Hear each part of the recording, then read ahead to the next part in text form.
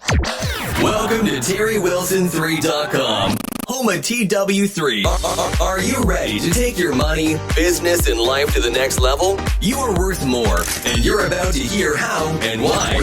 So buckle up and listen up as we journey to the next level. Please welcome your guides to reach your goals, the TW3 family. Here's your host, Terry Wilson. Been a while. Hadn't touched these buttons in a while. Well, you're listening to episode 532, TerryWilson3.com's podcast. Today's episode is Not My Time to Die, and I'm in the studios here with my friend and what I consider part of the family here. Goes to church with us, and I've known for several years. Pat Chamberlain. Pat, how you doing? I'm doing good, Terry. Thank you for having me, and thank you for welcoming me in the story. So you like the studio here, huh? Love it. State of the art. This is You walked in, you went, wow, you're serious about this. only the best for the best. Nah, man. I'm a little bit of an audiophile, and I'm the guy that probably overspent. I put more money in the wheels than I do the car sometimes. And so there's certain things I just won't write, and audio is one of them. And so that's with all the acoustic treatment. And then when we started a few years ago putting, podcasts used to be an audio thing. Mm-hmm. It was radio. And I was okay with that. And then everybody started putting their podcast on video. Mm-hmm. And I was like, well, that stinks. Because I have a face for radio. And so I had to start investing a little bit in the video part of it. Did I ever tell you how this got started? Mm-mm. So, you know a little bit about my story about the company shutting down because of the recession in 07, 08, where I was in the music business and had to pivot because we sort of lost everything because of that. And since I was a child, I'll make this real quick because I don't want to bore you because this is about you, but it's amazing because we're talking about not my time to die. And I thought, while I wasn't physically dead, I thought professionally I was gone. I was just done. And since I was a child, I've had an affection for just speaking. I like to speak to people. I like to communicate. I like to present. And so the way that manifests when I was just a young child, I would get dropped off after school at the courthouse up in Rutherfordton. And I would sit in the very back of the courtroom because my mother worked there. She was the clerk of court in the criminal division. And I would just sit back there and watch these criminal trials. And I love watching Perry Mason and Matlock growing up, and I could just imagining myself as this lawyer up in front of this jury making this persuasive argument, communicating. Right. And then I would watch preachers and say, man, that'd be awesome just to be able to get up behind a pulpit and preach. And then I got into sales and just being able to get up and present to a group and pitch something. You just needed an opportunity. Just wanted an opportunity. So when the business shut down in 07, 08, I thought, well, I have no more. There's my vehicle to be able to speak is gone. And Bob Jones was at the church. And he came up and he says, Lord told me to tell you that you are to get up and just start speaking. And that's what's going to open up new opportunities. And in the back of I didn't say this out loud because I don't want to insult the man of God. But in the back of my head, it's like, speak to who? My credibility's shot. I've lost everything. Why would anybody listen to me? I'm professionally a dead man walking. And the other thing is, it's not like I can just go to Pastor Terry or somebody and say, hey, I'm going to start speaking more. I mean, you just don't do that. You have to have an invitation. You got to have an opportunity. And so in the back of my head, I was like, well, that sounds great, but how does that work? And then I'm thinking this, I'm not saying it. And then he says this right afterwards. I guess maybe he saw the expression on my face, or maybe the Lord would continue to speak to him. I'm going to probably think of the latter. He says, even if you have to walk into your closet at home and speak to your clothes. Just start speaking. Now, I turned into a puddle of water at that point, and the reason is because 2 weeks prior, I had put a card table up in our walk-in closet at home, and I had a little iBook, and I started recording in your closet, in my closet, podcast. Right. Wow! And that's how this whole thing got started, and he just confirmed it. Yeah. And here we are. Here we are years later. So anytime someone comes in and sees the place, I was like, you need to understand how this thing even got started. Right. To appreciate, can't even understand. It can't even understand. Yeah. And if anybody understands, second chances, third chances. Yeah. And it seems that's your ministry, is helping people with chance, because it's the way God's grace works, isn't it? It is. It really is. So tell the people a little bit about your story, how you came about, but I guess before we do that, tell the people what you do now, and then what got you to this point. Sure. So I'm Pat Chamberlain. I'm the founder and executive director of Out of the Ashes. It's a nonprofit ministry located in Rutherford County, North Carolina. Started back in 2016 out of my 2-bedroom rental apartment. Got a word from the Lord to go back and help others as he had done for me. And so that's where we got started. And since then have helped thousands of people come through in 6.5 years. Prior to that, I was in South Florida in the trenches doing outreach, and the Lord had delivered me through some substance issues and homelessness and things of that nature. And I tell people all the time, there's such a stigma that comes with substance use disorder or homelessness. Yeah. Nobody woke up and said that's what they wanted to do for a career. Usually there's a traumatic event that happens where somebody has to escape their current reality. And so their current reality becomes so painful that it's just too painful to be there. For me, my mother was murdered, raped, cut open, and thrown in a lake when I was 12. I didn't know my biological father. Single mom raised me up, and my younger brother 11 months apart. And she done a good job. One 4th of July, she and her boyfriend got into a fight. They drank, partied, and used drugs. When I say party, smoked pot and drank, and that's what they did back in those days. And the first time I ever got high myself, I was 6 years old. I was in 1st grade. I was too smart for kindergarten, so I was excelled into 1st grade, and so I'm bouncing around a little bit. But with all that being said, one 4th of July weekend, her and her boyfriend got into an argument, and she said, I'm going to go to the bar and I'm going to cool off. And 3 strangers abducted her and kidnapped her and raped her and cut her open and killed her. And so that was 1987. And for a long time, I was very upset, hurt, didn't understand, rebelled for a long time against God. I lost 25 family members before I was 18. And I couldn't understand how there could be a God and he would let such things happen. I couldn't see in hindsight now what the Lord is doing through me. I don't take any credit for it. To be honest with you, I crashed and burned at my best attempt. So this life is no longer my own, and to whom much is given, much is required. Amen. Yeah. No, I'm right there with you, brother. I take no credit for it. The only thing I take credit for is the dismal failures that when I try to take it and do it on my own. That's amazing. So are you natively from Florida? No, I was born and raised in Newark, New Jersey. Okay. And bounced around. We never stayed any one place over a year. Yeah. Mom was always on the run and moving around.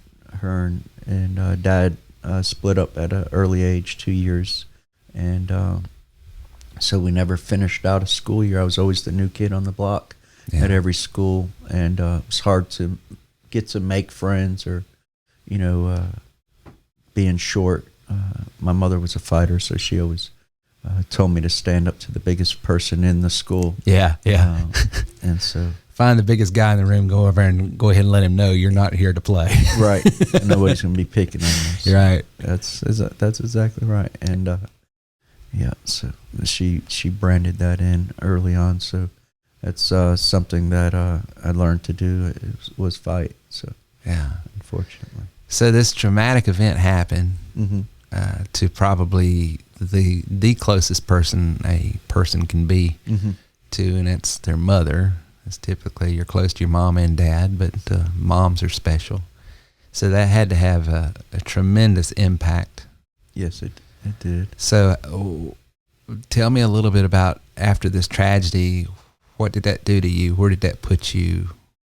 Put me in a numb state, put me in a rebellious state, and so ended up leaving the building, so to speak. Yeah. And so and I stayed lost for almost 30 years. Wow. And so that's where that put me. I was a bright child. I did good. I excelled at whatever I did in life. I've always been an overachiever and an overexceller. Did some bowling, and I dealt with her death through that, and came in first place in our bowling house, and first in the county, and third in the state, and 17th in the region. I did not know that. Yeah. A professional bowler. Wow. That's amazing. So you poured yourself into things to stay distracted. I tried. At that time, we got bounced around from aunt to uncle, to aunt to uncle, to aunt to uncle. So then shortly after that, I found myself getting involved with gangs and didn't really fit in. It was kind of a burden wherever we went. On our aunts and uncles and our cousins and their families. So bounced around with family and stayed busy with things to try to stay distracted. And is that where substance abuse started happening during that time period? Or once I stopped staying busy, I found myself something else making friends. Right, something else there had to be a void that had to be filled, and so the streets. I ended up getting involved with gangs, and shortly after that, I found myself in and out of jail, and I was sentenced to prison as an adult at the early age of 15. Wow. So, yeah. And do you find, I think you alluded to it, but the people that you work with today, fast forward to 2022, and people are struggling emotionally, spiritually, of course, financially, it's going to have an impact on that. And there's substance abuse, there's maybe domestic abuse, there's all kinds of things. Yeah. Do you find that's what's driving it, is some sort of event, something that took them off course? Yeah, there's always a common denominator, and usually it's trauma. And so there's deep-rooted pain, and so that's... we're a discipleship substance abuse program, and so it's like spiritual surgery, where if they're willing to open up and discuss that, then we try to make peace with that. Because I believe if you don't address the root of the problem, the hair will continue to grow, and so we have to go and address that root if that individual is willing to allow us that opportunity. Yeah. So. Sometimes they're not. And so, like as you were mentioning earlier, there needs to be multiple attempts to try to, break down those walls. A lot of times there's trust issues, abandonment issues, and all kinds of other issues that are going on before somebody can actually let someone in and learn to trust them. So. Yeah. Wow. So in your book, and I'm talking to Pat Chamberlain from Out of the Ashes, and his website is outtheashes.org, which is a spiritual ministry that works with people that find themselves in a hard place in life because of something. He wrote a book called Not My Time to Die. And what grabbed me was at that faithful moment where life had gotten so heavy, so burdensome, that you found yourself in a place where you just can't, you sort of like Popeye, just can't takes it no more. So I want you to tell the people a little bit about that story, what happened, and the aftermath of it. Okay. So it came a time in my life where, I got tired of losing loved ones. I got tired of getting dealt a horrible hand. They say, if you don't like the hand you're dealt, then make another one. And so that's exactly what happened. 2016, I left South Florida. I was already getting involved with outreach and homeless ministry, working with an organization called Helping Hands down there with my church, and I'd given my life to the Lord 2009. And so I've been doing outreach now for 13, 14 years, and working with the vulnerable population. And so in there, I didn't have the finances, I didn't have the means and the know-how to do what I'm doing. But I had established a very strong relationship that I have still to this day with my Heavenly Father. And I honor my mother by the way that I live today. So I bring honor to her, and actually open up the Women and Children's Mission in honor and memory of her, called Sandy Lee's Place. So the Women and Children's Mission called Sandy Lee's Place. I started getting involved in our region here, Charlotte, Asheville, Rutherford County is where I moved, and so I started bringing people into my apartment, and I remember getting a word from God. He says, I want you to go do what I did for you. And I says, well, I don't know where this money's going to come from. He says, well, I didn't ask you that. Are you going to do it? Right. And it was stern. Yeah. It was audible. And I said, well, yeah, I'll do it. And so my phone rang shortly after that audible time that I had with the Lord. And it was a young man that was struggling up in Asheville. And it's about an hour drive from Rutherford County to Asheville. And he was coming off of heroin. And I pulled up. He had told me where he was. He told me he had relapsed. And when I pulled up, he said, I'll be right back. I'm just going to go get one more before I come back, and I'll let you help me from there. And I said, brother, you don't have one more. That's why I'm here. I said, he says, no, I'll be right back. I promise. I said, would you let me pray for you before you go? And he said, yeah. So I started praying for him, and he says, I heard. He broke down in tears, and he said, I heard God through you. And he says, here's my keys. And he was a good kid. He's since went to be with the Lord, but his story was a little different. He was a trust fund child. He's come from a very good family, and he got $15,000 a month from his trust fund. Wow. And so I didn't know that then, and nor would that have changed that, but it just goes to show you that addiction doesn't discriminate. Right. It doesn't pick and choose. I've seen people that it's happened to, very good families. So I say that. Long story short, was able to get him in a detox, get him into a treatment center, and so there was nothing in our county that addressed substance, no detox, no resources. And I'm like, this is absurd. I come from the recovery capital of the world in South Florida. And so there's got to be something. So there, Asheville, Charlotte, Spartanburg, surrounding metropolitan areas, but there was nothing in the rural area. Right. Which is heavily hit. Yeah. By vulnerable people. There's a lot of vulnerable people in this region. There are, and the statistics don't reflect so because the need isn't being met at our local level.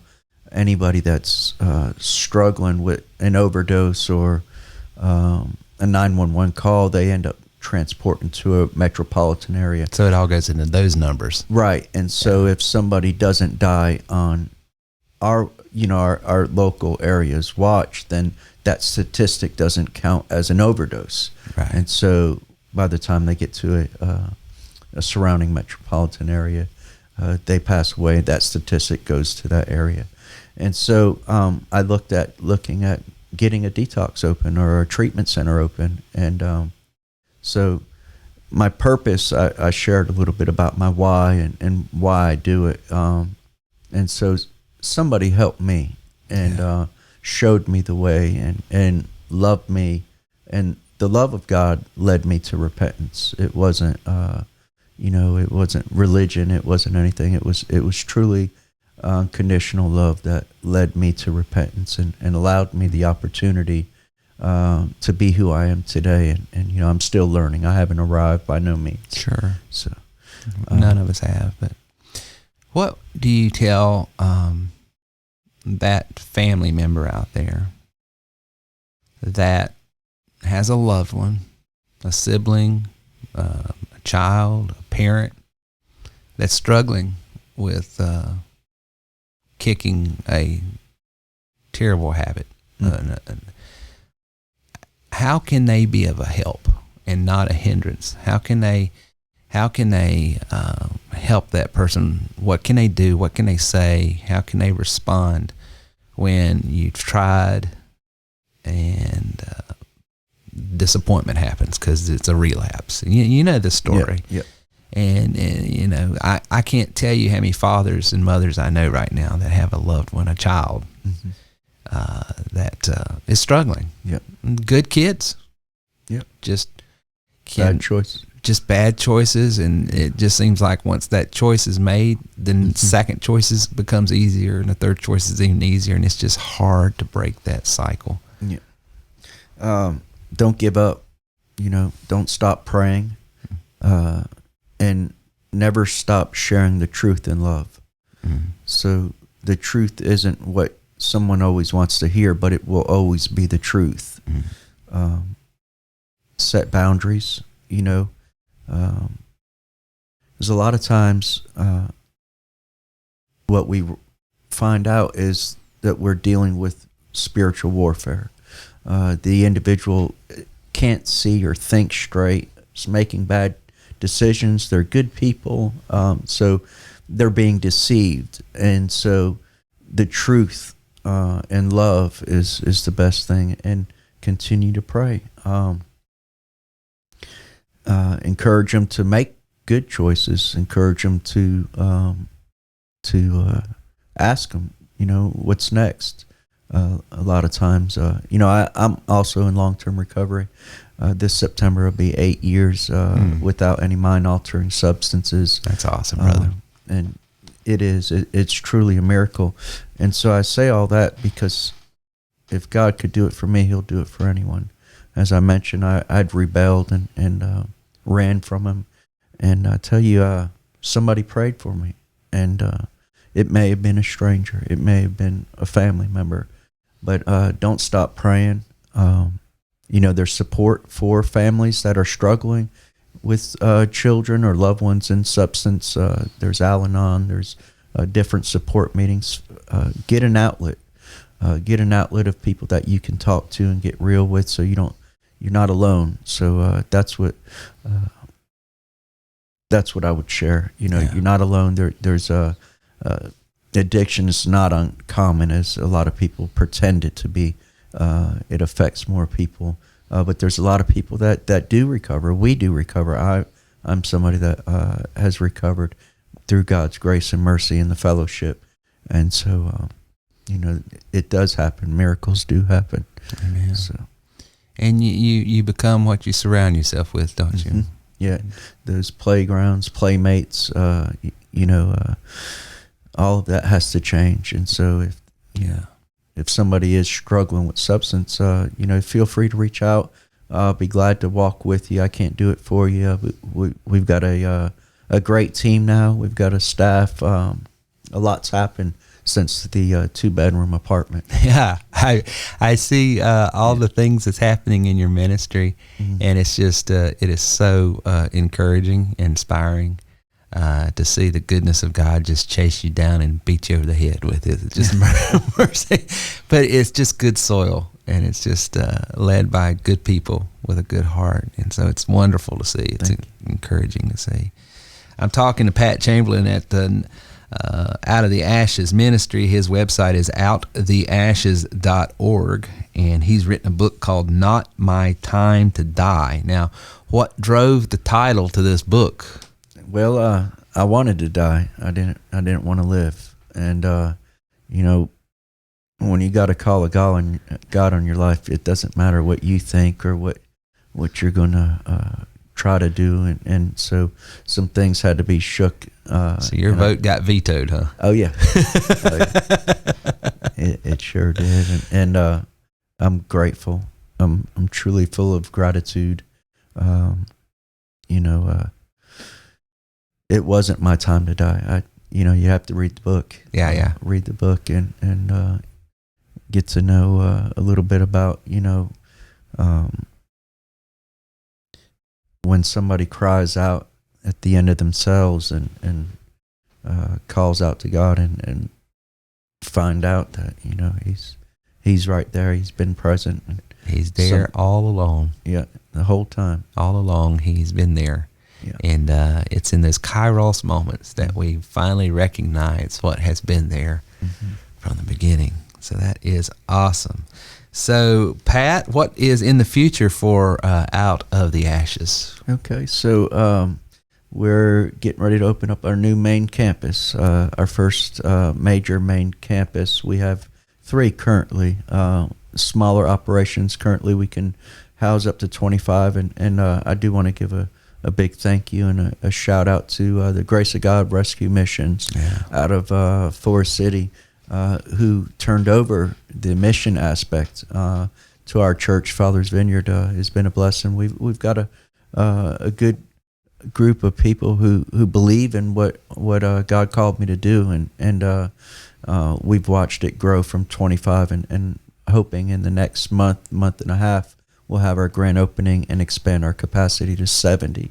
Nice. And so we have a 7.5 acre facility, and we'll be housing 70 people, and they won't be breaking the law. They won't be out there strung out on drugs, and they'll have a purpose, and they'll find out their true identity and who they are and what they mean to God, and how important they are to fulfill their God-given purpose and destiny. Amen. Amen. I tell you what impressed me about you and your ministry and everything that's going on, and what I'm going to say might sound so simplistic, and it's probably not even a big deal to you because you work in that space, but for me it was like that's brilliant. That's just absolutely brilliant.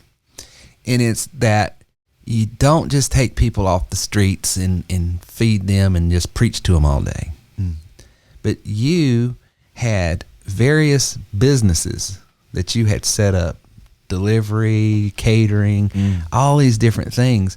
And as you were ministering to people, you gave them something to do while they were rehabilitating and getting back into a right mind and a right heart.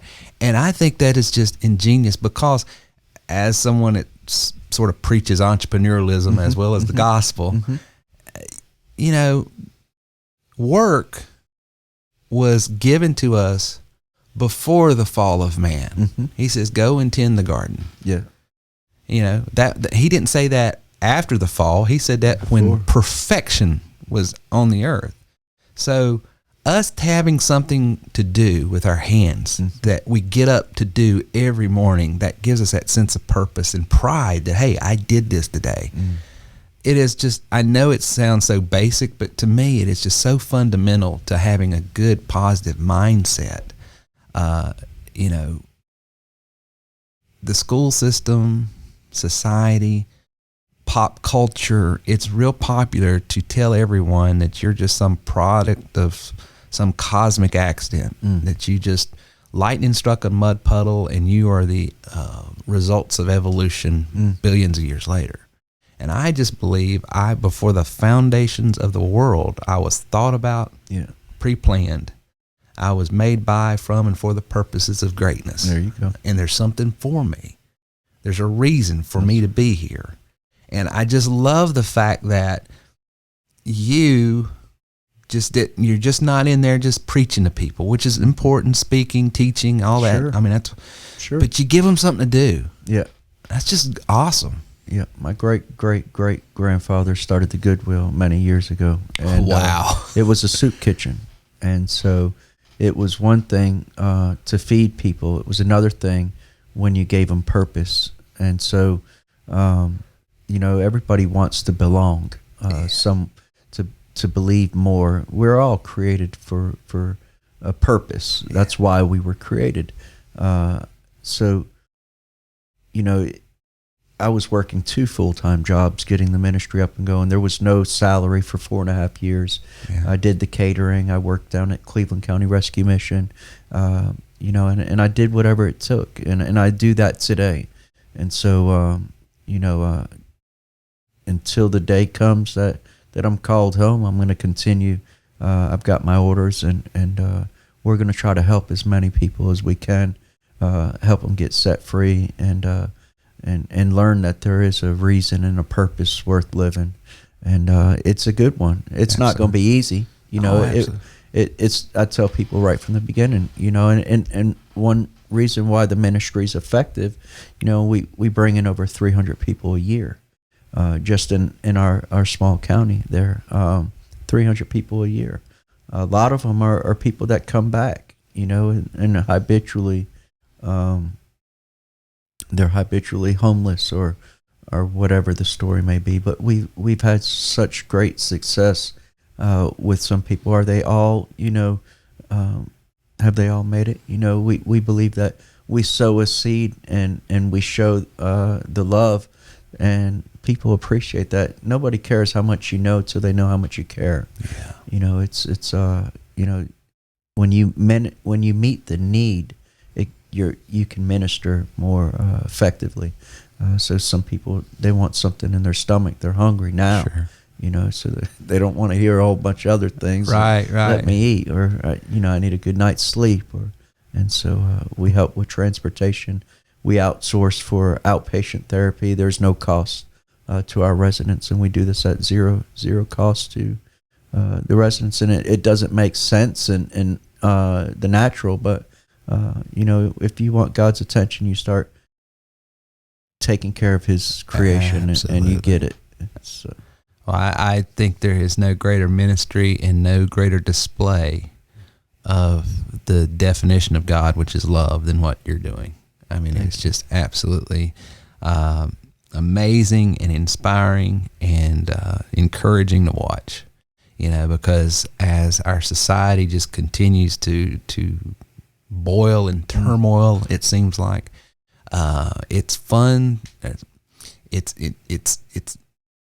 soul nourishing to see the lights, because there's light out there if you look for it. Yeah, and if we're going to change the world that we live in, we got to get involved now. Yes. So, and that's another why. And you know, I've got children. I'm married. I thank God for my wife, and a big shout out to her for absolutely helping make it all happen. Got married after starting the ministry, and together we're a blended family with 5 children. Yeah. But you know, we have children growing up in this world, and if we're going to change it, then we're going to need to work with what we have, not what we want. We have to work with what we have to work with. So, and the key takeaway there, the call to action, guys, is get involved. Mm-hmm. There's no glory in spectating. Yeah, and some people are called to, you know, to give. Some people are called to speak. Some people are called to support those that are called to do the work or whatnot. So absolutely. And if people want to get involved with Out of the Ashes, they can go to outtheashes.org, and they can contribute there, and they can, I'm sure, get involved as far as see what's going on. Yep. And connect and pray, and I'm sure there's all kinds of ways that that they volunteer if they're local. A lot of our guys are all over the country that listen to this podcast, but we do have some locals, but I would say 10% of our audience is local, and 90% of them is all over. And so it's amazing that this little thing that started. I'm like you. What started in just a 2-bedroom apartment, and what started in a walk-in closet, it's amazing what God can do. Yes. When we just get out of His way. There you go. That's right. He's gentleman enough not to run us over.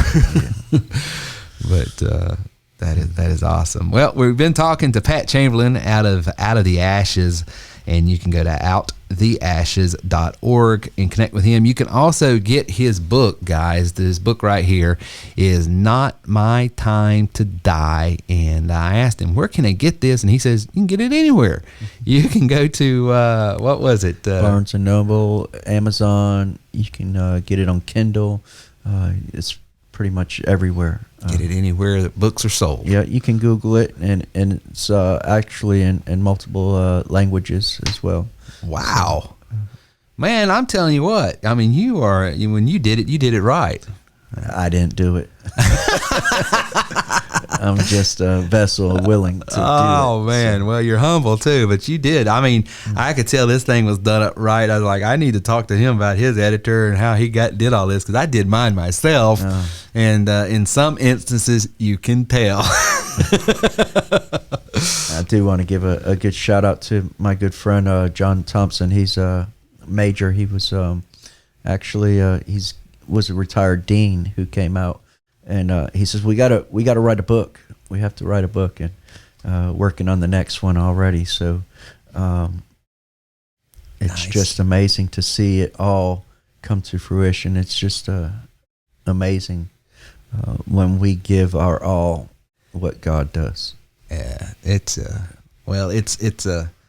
encouraging. I keep coming back to, it's just encouraging to see what God can do and what God does do and what God continues to do. And just seeing what you've done in just the short time of 4 or 5 years watching you, it's just been absolutely amazing. You helped me move here, I believe it was. That's right.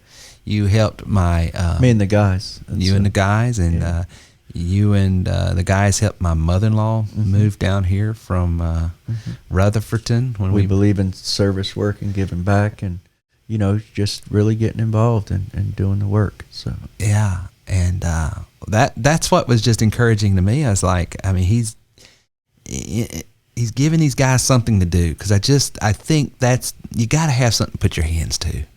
You just have to. And I was just, when I saw that, I was like, wow, that is just awesome. And then to see and get to know some of your people that has come through your program, and see lives change the way they've been changed. Yeah. It's just families restored. Yeah. It's just amazing. It is amazing. Well, Pat, it's been wonderful catching up with you. And I wish you all the continued success, grace, and mercy that is coming your way, and just can't wait to see more. Thank you. All right. We'll be back right after this.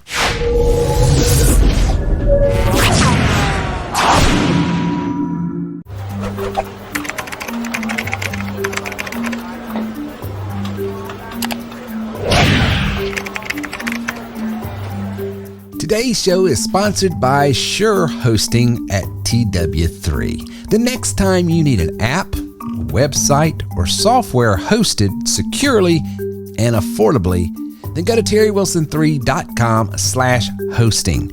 I have been hosting with this server company for over a decade, actually 2 decades now. My first business back in early 2000s. I started a website, and you can do the same, whether it be a WordPress site, Joomla site, any type of content management site, or shopping cart.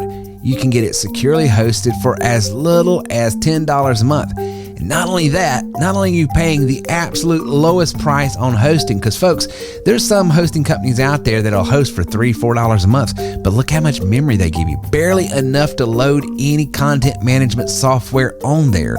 So don't let the low price fool you, because where the big print giveth, the little details of what you're going to have to buy later is going to cost you.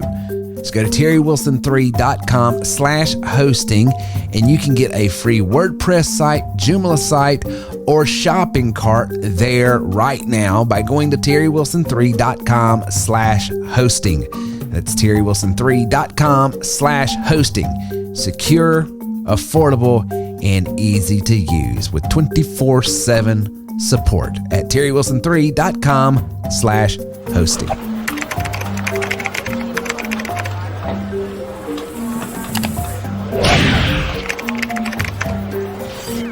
Listening to TerryWilson3.com. TerryWilson3.com. Inspiring, informative, and entertaining content for the entrepreneur and small business owner. Here's your host, Reagan Wilson.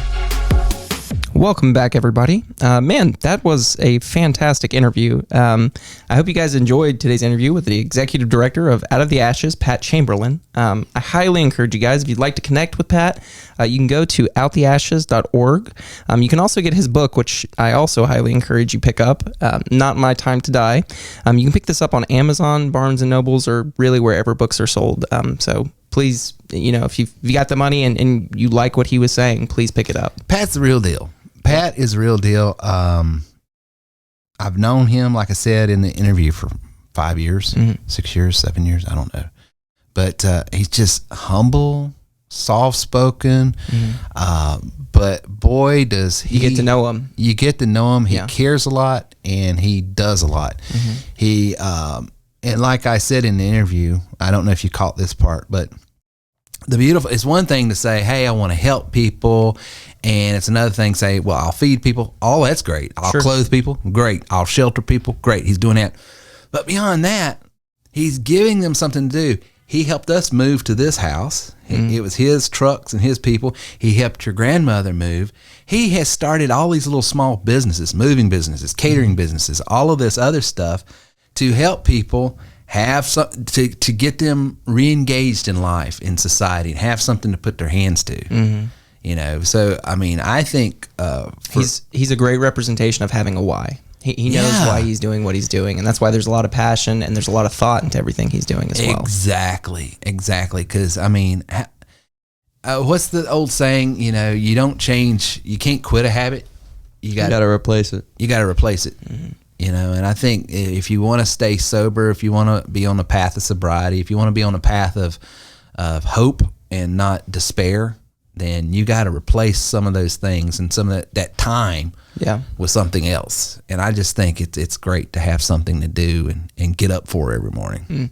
It's good stuff. Well, boys, thank you for being in episode 532, I guess, here for a few moments. Happy to be here for a few moments. Absolutely. All right, we'll see you guys later.